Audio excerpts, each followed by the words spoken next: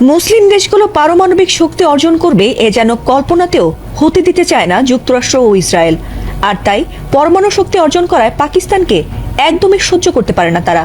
এমনকি ইরানও নাকি গোপনে পারমাণবিক শক্তি বাড়াচ্ছে সেটি ধারণা করে দুশ্চিন্তা রয়েছে শত্রু দেশগুলো। তাই ইরানের পারমাণবিক কেন্দ্রগুলো বরাবরই মাথা ব্যথার কারণ ট্রাম্প নেতানিয়াহু বাহিনীর। ইরান যেন কখনো পারমাণবিক শক্তি না বাড়াতে পারে সেজন্য বারবার সেখানে হামলা চালায় ট্রাম্প ইসরায়েল।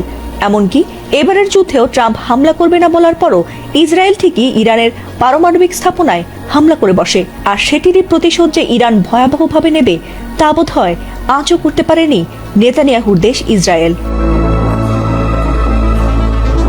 ইরানের নাতাঞ্জ পারমাণবিক স্থাপনায় হামলার কড়া জবাবে এবার ইসরায়েলের দিমোনা পারমাণবিক রিসার্চ সেন্টারে ক্ষেপণাস্ত্র ছুড়েছে ইরানের বিপ্লবী গার্ড বাহিনী।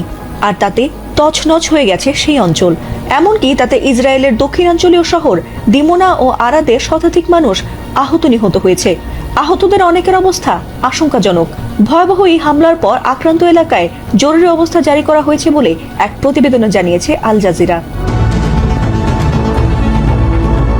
ইরানের বিপ্লবী গার্ড বাহিনী আইআরজিসি অবশ্য দাবি করেছে এই হামলায় ইসরায়েলের 2 শতাধিক মানুষের প্রাণহানি হয়েছে। তবে ইসরায়েলের পক্ষ থেকে কারোর নিহতের খবর নিশ্চিত করা হয়নি। যদিও ইসরায়েলের সামরিক বাহিনী আইডিএফ এর এক মুখপাত্র জানান, হামলার সময় দেশটির আকাশ প্রতিরক্ষা ব্যবস্থা সক্রিয় থাকলেও দিমোনা ও আরাদে এলাকায় তা ঠিকঠাকভাবে কাজ করেনি। ফলে শত শত কেজি ওজনের ওয়ারহেড যুক্ত 2টি ব্যালিস্টিক ক্ষেপণাস্ত্র সরাসরি আঘাত এনেছে। যদিও এ বিষয়ে ইসরায়েলিরা তেমন কিছু না জানালেও আন্তর্জাতিক পরমাণু শক্তি সংস্থা জানিয়েছে, দিমোনায় অবস্থিত শিমন পেরেস নেগেভ পারমাণবিক গবেষণা কেন্দ্রে কোনো ক্ষতির ইঙ্গিত তারা পায়নি।